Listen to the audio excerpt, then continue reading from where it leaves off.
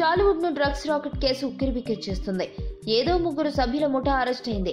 అక్కడితో కథ ముగిసిపోతుంది. మా దాకా ఏమొస్తుందిలే అనుకున్న సినీ ప్రముఖుల దిమ్మ తిరిగి షాక్ తగిలింది.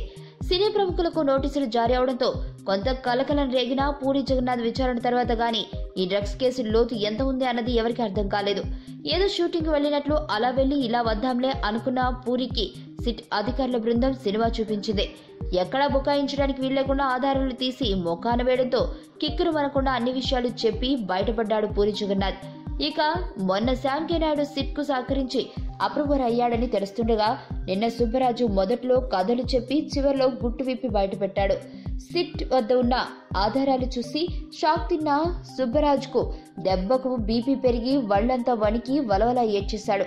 ఇక శనివారం రోజు విచారణకు హాజరైన హీరో తరుణ్ ను కూడా సిట్ అధికారులు ప్రశ్నలతో ఉక్కిరిబిక్కిరి చేసి ఆయన నుండి తల వెంట్రుకలు, గోళ్లు, రక్త నమూనాలు సేకరించారు. అయితే ఇప్పుడు దృష్టి అంతా హీరోయిన్ చార్మి మీదే ఉంది. అసలు పూరి గ్యాంగ్ లో కీలక వ్యక్తి చార్మి అని, వీరిద్దరూ బాగా సన్నిహితులు అని, పూరి సంస్థకు దగ్గరైన చార్మి విచారణతో అనేక కీలక విషయాలు వెలుగులోకి రావడం కాకుండా శ్యామ్ కే నాయుడు, సుబ్బరాజులు చెప్పిన పలు అంశాలు మరింత బలపడే అవకాశం ఉందని తెలుస్తుంది. ఈ నెల 26న సిట్ కార్యాలయంలోనే చార్మి విచారణకు హాజరు కానుందని అధికారులు వెల్లడించినట్టు సమాచారం. చార్మి ఎంట్రీతో ఈ డ్రగ్స్ కేసులో కీలకమైన విషయాలు బయటికి రావడం ఖాయమని సర్వత్రా చర్చించుకుంటున్నారు. ఎరా హ్యాక్ చేసావా?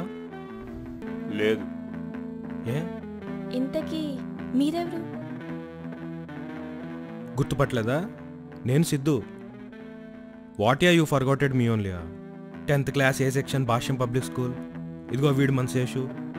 నేను నమ్మను. నువ్వంటే ఇంటెలిజెంట్ కాబట్టి కనిపెట్టేశావు. ఏరా శ్రీధర్, ఎలా ఉన్నావు? మీరు ఎవరు? మర్చిపోయావా? You also forgotted మీయా?